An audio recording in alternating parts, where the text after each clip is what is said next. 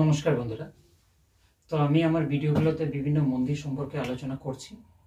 তো এই ক্রমে সবথেকে যে আলোচিত মন্দির অযোধ্যার রাম মন্দির, সেই বিষয়ে আলোচনা না করলে হয়তোবা আমার এই আলোচনাটা সম্পূর্ণ হয় না। তো আমরা যদি দেখি, অযোধ্যার যে রাজা দশরথ, তার পুত্র ছিল রাম। রামের পূর্ববর্তী দিলীপ থেকে শুরু করে এবং পরবর্তী অগ্নিবর্ণ, যেরকম আমরা রঘুবংশ বর্ণনা পাই, এই সমস্ত রাজারাই 29 জন বা 31 জন রাজা অযোধ্যায় রাজত্ব করেছেন। এই অযোধ্যাই হলো রামের জন্মভূমি। এই রাম জন্মভূমিতে রামের যে পুত্র কুশ, রামের একটি স্মৃতিচিহ্ন বা মন্দির নির্মাণ করেছিল। সেই মন্দিরটি ভারতবাসীর কাছে একদম শ্রদ্ধেয় এবং পবিত্রতম পুণ্য তীর্থ ছিল। সেখানে প্রচুর ভারতবাসী যেত। আমরা পরবর্তীকালে যদি দেখি, গুপ্ত যুগে সেই মন্দিরটি সংস্কার হয়। মন্দিরটি সংস্কার হওয়ার ফলে সেটি একটি নতুন রূপ ধারণ করেছিল। দ্বিতীয় চন্দ্রগুপ্তের কন্যা ছিল প্রভাবতী। তার পুত্র প্রবরসেন রামকে কেন্দ্র করে সেতুবন্ধ নামে একটি রচনাও লিখেছিলেন। এরপর পরবর্তী 100 বছর রাম মন্দির যথাস্থানেই ছিল। সেখানে যথাস্থানে পূজা অর্চনা চলত। কিন্তু সমস্যা তৈরি হয় মোগল সাম্রাজ্যের শুরু থেকেই। আমরা জানি যে 1526 সালে মোগল সম্রাট বাবর ভারতবর্ষে আসে এবং ভারতবর্ষে তার সাম্রাজ্য আধিপত্য বিস্তার করে। 1528 থেকে 29 সালে বাবরের নির্দেশে তার সেনাপতি মীর বাকি রাম মন্দিরের জায়গায় একটা মসজিদ স্থাপন করে, এ কথা বলা হয়। তার পরবর্তীতে বেশ কিছু বছর, ঠিক আছে, সেই মসজিদের আকারেই ছিল, সেখানে আর মন্দিরের অস্তিত্ব ছিল না। 1717 সালে যখন দেখা যাচ্ছে যে মোগল সাম্রাজ্যর যে শক্তি সেটা কিছুটা কমে এসেছে, সেই সময়ে রাজস্থানের রাজা দ্বিতীয় জয়সিং সেই রাম মন্দির এবং মসজিদ সংলগ্ন অঞ্চলটি সে কিনে নেওয়ার চেষ্টা করে। এবং যেহেতু মোগল সাম্রাজ্যের সঙ্গে তার সম্পর্ক ভালো ছিল, সে কিছুটা সফলও হয়ে গিয়েছিল। তো যদিও ওই সৈয়দ ভাইয়ের মৃত্যুর পর সে সম্পূর্ণভাবে সফল হতে পারেনি, তবুও ওই মসজিদের পাশে সে একটি চাবুতারা শব্দটার অর্থ হলো একটা উঁচু ভূমি, মানে সমতল ভূমি থেকে কিছুটা উঁচু বেদির আকারে একটা জায়গা তিনি নির্মাণ করে দিয়েছিলেন। সেখানে গিয়ে কিন্তু হিন্দুরা পূজা অর্চনা ইত্যাদি করত। এভাবে চলছিল। তো এই চবুতরার উল্লেখ কিন্তু পরবর্তীকালে যে ব্রিটিশ যারা সার্ভে করে গেছেন, তারা অনেকেই কিন্তু, ঠিক আছে, সেই চবুতরার উল্লেখ কিন্তু করেছেন। আমরা বিভিন্ন বই দেখলে সেটা কিন্তু পাই।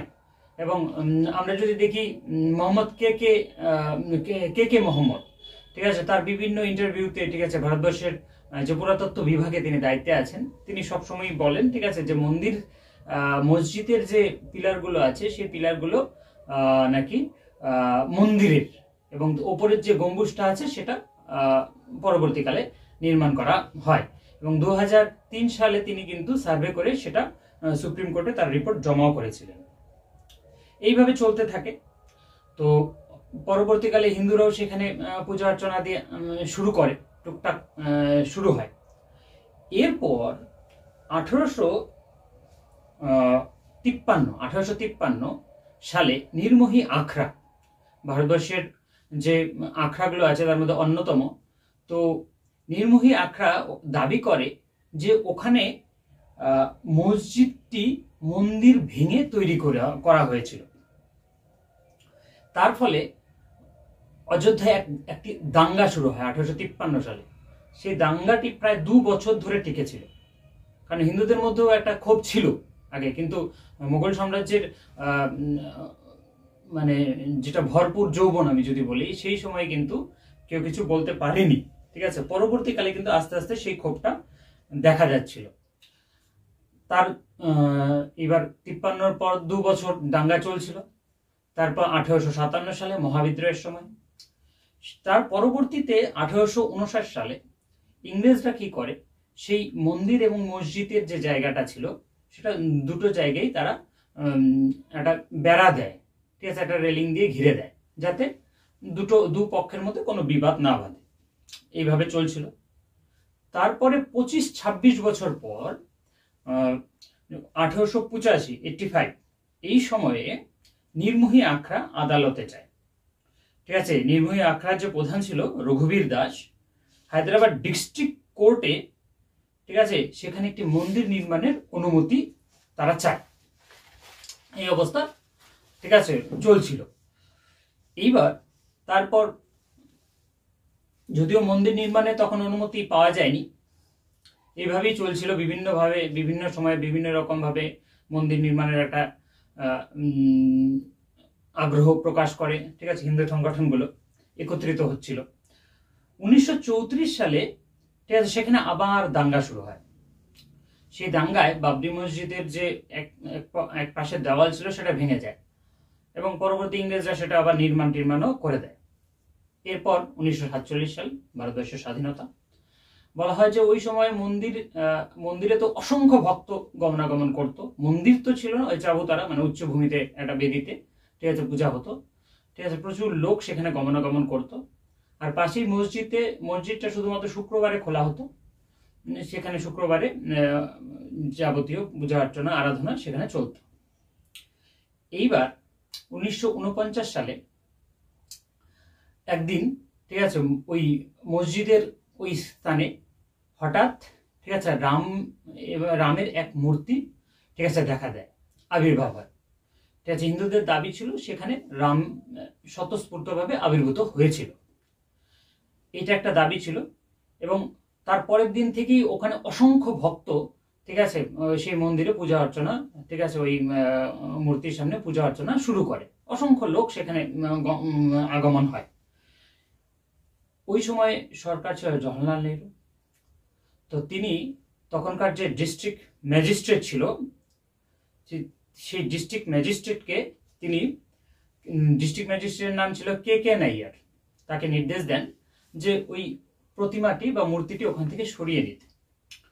তো কে নায়ার তার সাহস করেনি, তিনি ইস্তফা প্রদান করেন, যে আমি এটা পারবো না, আমি ইস্তফা প্রদান করেন। ইস্তফা প্রদান করার পর তিনি একটা সুন্দর সাজেশন দেন যে এটা যেহেতু একটা বিতর্কিত বিষয় হয়েছে, যে আপনারা এটা আদালতের কাছে ছেড়ে দিন, মানে বিষয়টা আদালতে নিয়ে যান, আদালতই, ঠিক আছে, এটা ডিসিশন নেবে। তো জওহরলাল নেহরু কে নায়ারের যে ইস্তফা সেটা স্বীকার করেনি, কিন্তু এই জিনিসটা সে স্বীকার করেছিল যে আদালতের দিকে নিয়ে যাওয়া, এবং ওই এরিয়া দুটো ছিল, মসজিদ এবং মন্দিরের যে এরিয়াগুলো, সেগুলো চারিপাশে ঘেরাও করা, ঠিক আছে, এইটা তিনি করেছিলেন। এইবার 1950 সাল, পরবর্তী সময়ে জানুয়ারি মাসে হিন্দু মহাসভার গোপাল সিং এবং দিগম্বর আখড়ার রামচন্দ্র দাস কোর্টে পূজার জন্য অনুমতি চায়। তাদের দাবি ছিল যে যেহেতু প্রতিমার আবির্ভাব হয়েছে সেখানে, তাই একটা মন্দির কিন্তু স্থাপন করা উচিত। ঠিক আছে, কোর্ট কিন্তু সেই সময়ে, ঠিক আছে, হিন্দু মুসলিমদের সেখানে প্রবেশের জন্য নিষেধাজ্ঞা জারি করে, যে কেউ ওখানে প্রবেশ করতে পারবে না, কোর্ট এই কথা বলে। এবার 1959 সালে নির্মোহী আখড়া আবার ওখানে দাবি করে যে এই টোটাল অঞ্চলটা, যে রাম মন্দিরের যে পরিসরটা ছিল, সেটা সবই তাদের অঞ্চল। ঠিক আছে, তখন কোর্ট, ঠিক আছে, ওই অঞ্চলটাকে বিবাদিত ঢাঁচা বলে সম্বোধন করে। এই উক্তিটি কোর্ট থেকে সেই সময় পাওয়া যায়। ওই সময় যে মুসলিম ওয়াকফ বোর্ড, ঠিক আছে, তারাও বলে যে ওই অঞ্চলটা, ঠিক আছে, ওদের, তারাও এই মর্মে একটা কেস ফাইল করে। এরপর প্রায় 20-25 বছর এইভাবেই চলছে, কেস এইভাবে চলছে। 1980 সালে একটা পরিবর্তন দেখা যায়। সেই সময়ে ভারতীয় জনতা পার্টি তৈরি হয়, পরিস্থিতি একটু চেঞ্জ হয়। ঠিক আছে, সেই বিষয়টি হয়তোবা একটু রাজনীতিকীকরণ সেই সময় থেকেই শুরু হচ্ছিল। ভিএচপি, বিশ্ব হিন্দু পরিষদ, শিবসেনা, বজরং দল, ঠিক আছে, রাষ্ট্রীয় স্বয়ংসেবক সংঘ, সেই সময় সক্রিয়ভাবে রাম মন্দির প্রতিষ্ঠার জন্য, ঠিক আছে, সক্রিয়ভাবে অংশগ্রহণ করছিল। 1984 সালে দিল্লির বিজ্ঞান ভবনে বিশ্ব হিন্দু পরিষদের অশোক সিং একটা ধর্ম সংসদের আহ্বান করেছিল। সেই ধর্ম সংসদে তিনি ঘোষণা করেন যে রাম মন্দির তৈরি হবে এবং রাম মন্দিরের জন্য একটা রথযাত্রা তিনি সূচনা করেন, রথযাত্রা হবে। কিন্তু 1984 সালে হঠাৎ ইন্দিরা গান্ধীর মৃত্যুর হওয়ার পর ঠিক আছে সেই মন্দির সেই রথযাত্রা কিন্তু স্থগিত হয়ে যায়। এর পরবর্তীতে 1986 সালে শাহবানু কেস, একটা বিখ্যাত কেস। সেই শাহবানু কেসের বিষয়বস্তু এমন ছিল যে মুসলিম মহিলাদের ডিভোর্সের পর স্বামীদের খোরপোশ দিতে হবে, এটা সুপ্রিম কোর্ট থেকে নির্দেশ দেয়। কিন্তু মুসলিমরা এতে বিরোধ করে। তো তখন রাজীব গান্ধী ঠিক আছে কেন্দ্রে আইন করে সেই যে সুপ্রিম কোর্টের রায়টা ছিল, যে কোর্টের রায় ছিল, সেটাকে সে বানচাল করে দেয়। সেটা খোরপোশটাকে 3 মাসের জন্য, 3 মাসের একটা সময়ের অবধির মধ্যে রাখার জন্য সেই রকম একটা আইন পাস করে দেয়। তো তার ফলে হিন্দুদের মধ্যে উল্টা ক্ষোভ তৈরি হয়। এরপর 1986 সালে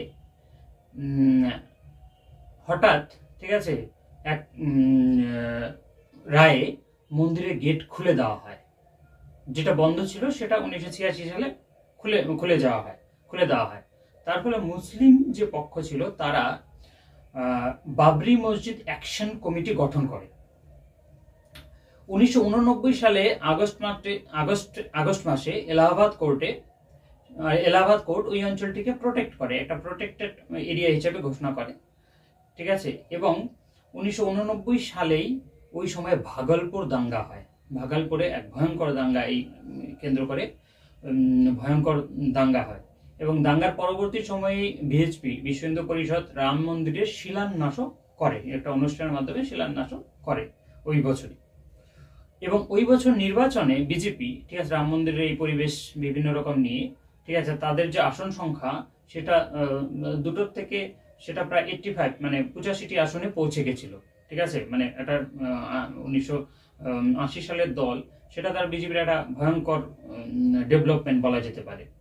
এবং বিজেপি এবং অন্যান্য লেফট পার্টির সহযোগে দক্ষিণ বাম ডান বাম উভয় পক্ষ মিলে প্রথম সরকার গঠন করে, যেটা ভারতের ইতিহাসে খুব দুর্লভ, ঠিক আছে। ভিপি সিং ওই সময় দেশের প্রধানমন্ত্রী হয়। 1990 সালে লালকৃষ্ণ আদবানি ঠিক আছে একটা রথযাত্রা ঘোষণা করে। তিনি বলেন যে সোমনাথ থেকে একদম অযোধ্যা পর্যন্ত 1000 কিলোমিটার তিনি একটা রথযাত্রা করবেন এবং যে প্রায় সারা ভারতবর্ষই ঘুরে তিনি ঠিক আছে অযোধ্যায় পৌঁছাবেন। তো যে অঞ্চল দিয়ে তিনি যাচ্ছিলেন রথ নিয়ে, সেই অঞ্চলে একটা বিশৃঙ্খলা তো তৈরি হচ্ছিলই। যখন তিনি বিহারে আসেন, তো বিহারে যখন আসেন তখন লালু প্রসাদ যাদব ঠিক আছে এটা 1990 সালের 23শে অক্টোবর এই সময় বিহারের সমস্তিপুরে লালু প্রসাদ যাদব ওখানকার যে ডিআইজি ছিল রামেশ্বর ওরাওকে নির্দেশ দেন যে লালকৃষ্ণ আদবানি এবং তার সঙ্গে যে অন্যান্য নেতারা আছে প্রমোদ মহাজন ঠিক আছে তাদের গ্রেপ্তার করো, ঠিক আছে। তখন ডিআইজি রামেশ্বর ওরাও তাদের গ্রেপ্তার করে। এই ঘটনা ছড়িয়ে পড়ার পরেই ঠিক আছে ভিপি সিং এর যে সরকার ছিল সেই সরকার থেকে তাদের যে সাহায্য সেটা প্রত্যাহার করে নেন, কারণ লালু প্রসাদ যাদবও ভিপি সিং এর সরকারের সহায়ক রূপে ছিল।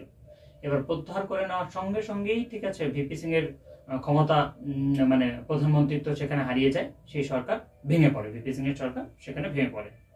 এইবার ওই সময়ই অযোধ্যায় যে কর সেবকরা ছিল 1990 সালে 30শে সেপ্টেম্বর 1990 সালে তার পরবর্তী সময়ে তো কর সেবকরা কিন্তু ঠিক আছে অযোধ্যায় পৌঁছায়। তখন তো দূরদর্শনই একমাত্র যোগাযোগের মাধ্যম ছিল। তো দূরদর্শনে পূর্বে সূচনা ছিল যে লালকৃষ্ণ আদবানি আসবেন, ঠিক আছে, তারপর কর সেবকরা যাবেন অযোধ্যায়, সেখানে মন্দিরে শিলান্যাস ইত্যাদি বিষয় হবে। কিন্তু ঠিক আছে লালকৃষ্ণ আদবানি তো আটকে যান। তবুও ওই কর সেবকরা কিন্তু দলে দলে অযোধ্যায় পৌঁছায়। এই সময় অযোধ্যায় মুলায়ম সিং যাদবের সরকার ছিল। তারা কর সেবকদের উপর গুলি চালান। প্রায় 11 জন কর সেবক সেদিন মৃত্যুর মুখে মৃত্যু হয় 11 জন কর সেবকের। এবং তখন থেকেই মুলায়ম সিং এর নাম হয় মোল্লা মুলায়ম নামে, এরকম একটা প্রচলন কিন্তু হয়েছিল। তার পরবর্তী সময়ে নির্বাচনে বিজেপি কিন্তু উত্তরপ্রদেশে সংখ্যাগরিষ্ঠতা লাভ করে, বিধানসভায় সংখ্যাগরিষ্ঠতা লাভ করে এবং লোকসভাও তাদের আসন সংখ্যা কিন্তু বেড়ে যায়। 1992 সালের 6ই ডিসেম্বর এর পরবর্তীতে বিজেপি এবং অন্যান্য হিন্দু সংগঠনরা, ঠিক আছে, হিন্দু সংগঠন একটা বাবরি মসজিদ অভিযান চালায়। প্রায় সেদিন প্রায় 1.5 লক্ষ থেকে 2 লক্ষ ভিএসপি এবং অন্যান্য কর সেবকরা সেখানে উপস্থিত হয়। সেখানে লালকৃষ্ণ আদবানি, মুরলী মনোহর যোশী, উমা ভারতী এরা একদম প্রেরণাদায়ক বক্তৃতার মাধ্যমে তাদের উদ্বুদ্ধ করেন। ফলে একটা ভিন্ন রকম পরিবেশ তৈরি হয়। তো সেই সময় যে উত্তরপ্রদেশের সরকারে মানে উত্তরপ্রদেশের মুখ্যমন্ত্রী ছিলেন, তিনি ছিলেন কল্যাণ সিং, ঠিক আছে। কল্যাণ সিং কেন্দ্রে ছিল কংগ্রেসের সরকার কল্যাণ সিংকে বারবার নির্দেশ দেয় যে ঠিক আছে, ওখানে যত কোনো রকম কোনো কিছু না হয়, মসজিদে কিছু না হয়। কল্যাণ সিং কথা দিয়েছিলেন যে মসজিদে কিছু হবে না। তবুও ঠিক আছে, এই এত ভিড়, ঠিক আছে, মসজিদ যে 6ই ডিসেম্বর মসজিদকে ভাঙা হয়। সেই মসজিদ ভাঙার পরবর্তী সময়ে সারা দেশে বিশৃঙ্খল পরিস্থিতি তৈরি হয়।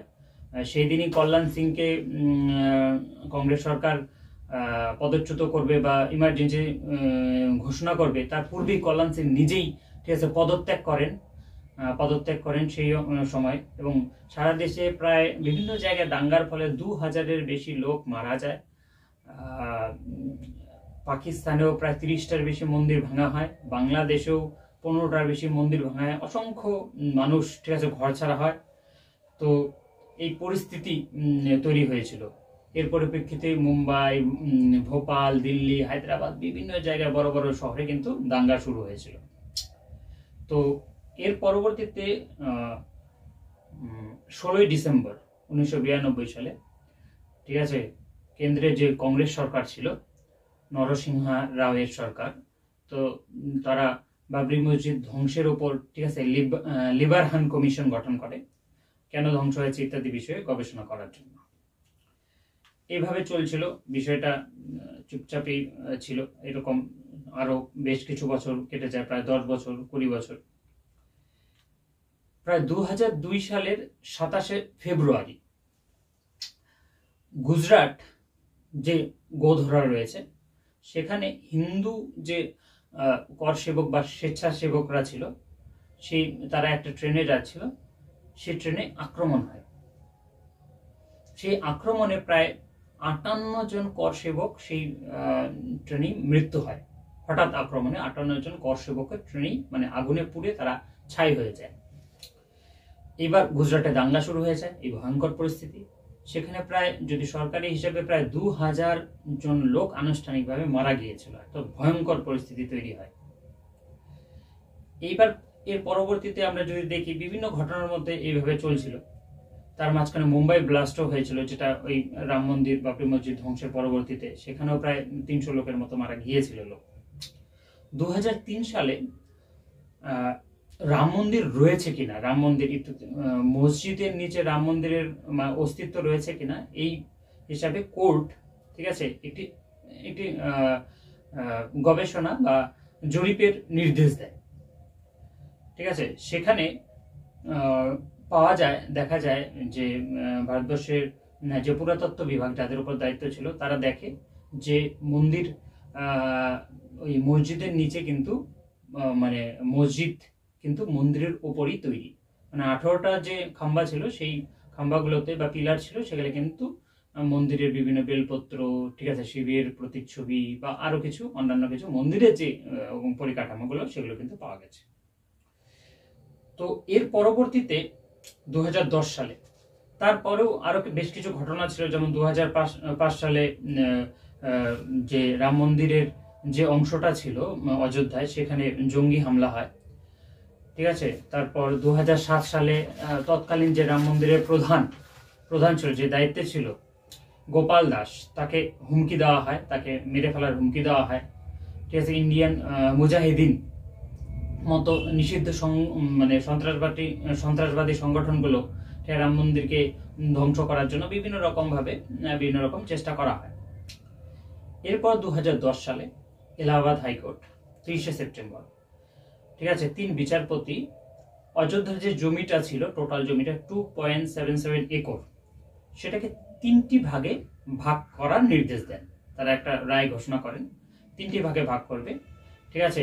তো 3 ভাগের মধ্যে 1 ভাগ পাবে হচ্ছিল বিশ্ব হিন্দু পরিষদ, যারা রামলাল্লা বা শিশু রামের মন্দির প্রতিষ্ঠা করবে তাদের। তারপর 1/3, ঠিক আছে, আবার তার 3 ভাগের 1 ভাগ পাবে হচ্ছিল ওই বিশ্ব হিন্দু পরিষদের হাতে, 1/3 যাবে হলো সেন্ট্রাল ওয়াকফ বোর্ড তাদের হাতে, এবং বাকি অংশ নির্মোহী আখড়া, যারা বলছিল, তারা একসময় দাবি করেছিল সম্পূর্ণ অংশই আমাদের, তাদের হাতে যায়। তো এই ঘোষণা করে 2010 সালে, ঠিক আছে, হাইকোর্ট থেকে, এলাহাবাদ হাইকোর্ট থেকে। কিন্তু এই রায়, ঠিক আছে, 3 পক্ষে কেউই মানেনি। তারপর তারা সুপ্রিম কোর্টে আপিল করে। সুপ্রিম কোর্টে আপিল করার পর বিভিন্নভাবে, ঠিক আছে, চলছিল 2010 থেকে চলছে বিভিন্নভাবে। 2019 সালে 6ই আগস্ট সুপ্রিম কোর্টের যে প্রধান বিচারপতি রঞ্জন গগৈ, তার নেতৃত্বে 5 জনের যে বেঞ্চ, সেই বেঞ্চ এই মামলার চূড়ান্ত রায়দান, মানে চূড়ান্ত শুনানি শুরু করে।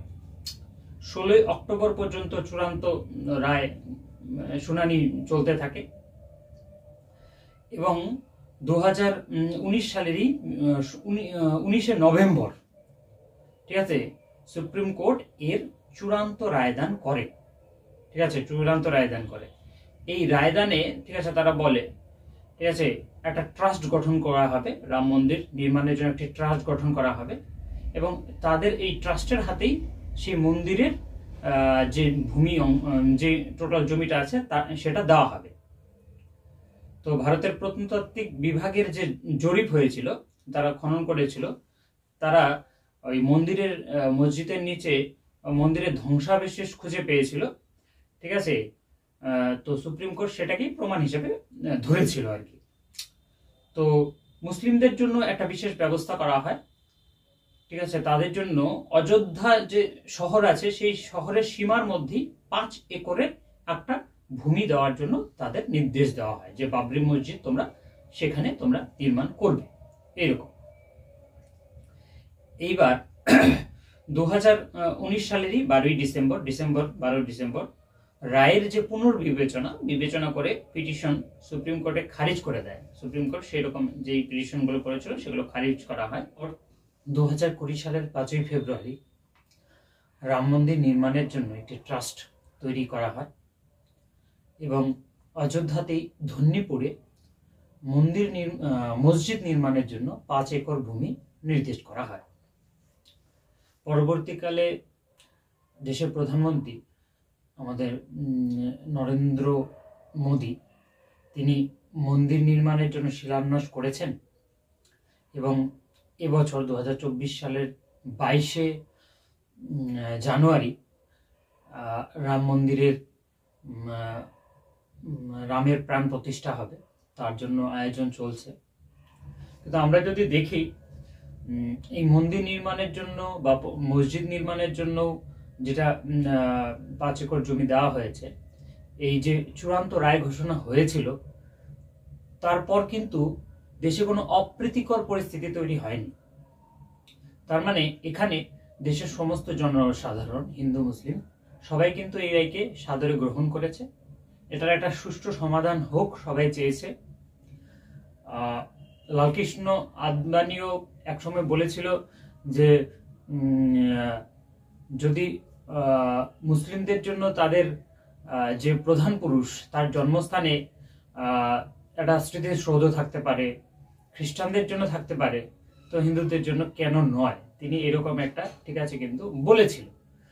তো সেদিক থেকে দেখতে গেলে কিন্তু এটা যে রায়টা হয়েছে তাতে সব পক্ষই খুশি, এবং মন্দির নির্মিত হচ্ছে, ভারতীয়রা সবাই একত্রে থাকবে, একত্রভাবে দেশকে এগিয়ে নিয়ে যাবে, এই প্রার্থনা। ঠিক আছে, নমস্কার। ভালো লাগলে অবশ্যই লাইক কমেন্ট করবেন। ধন্যবাদ।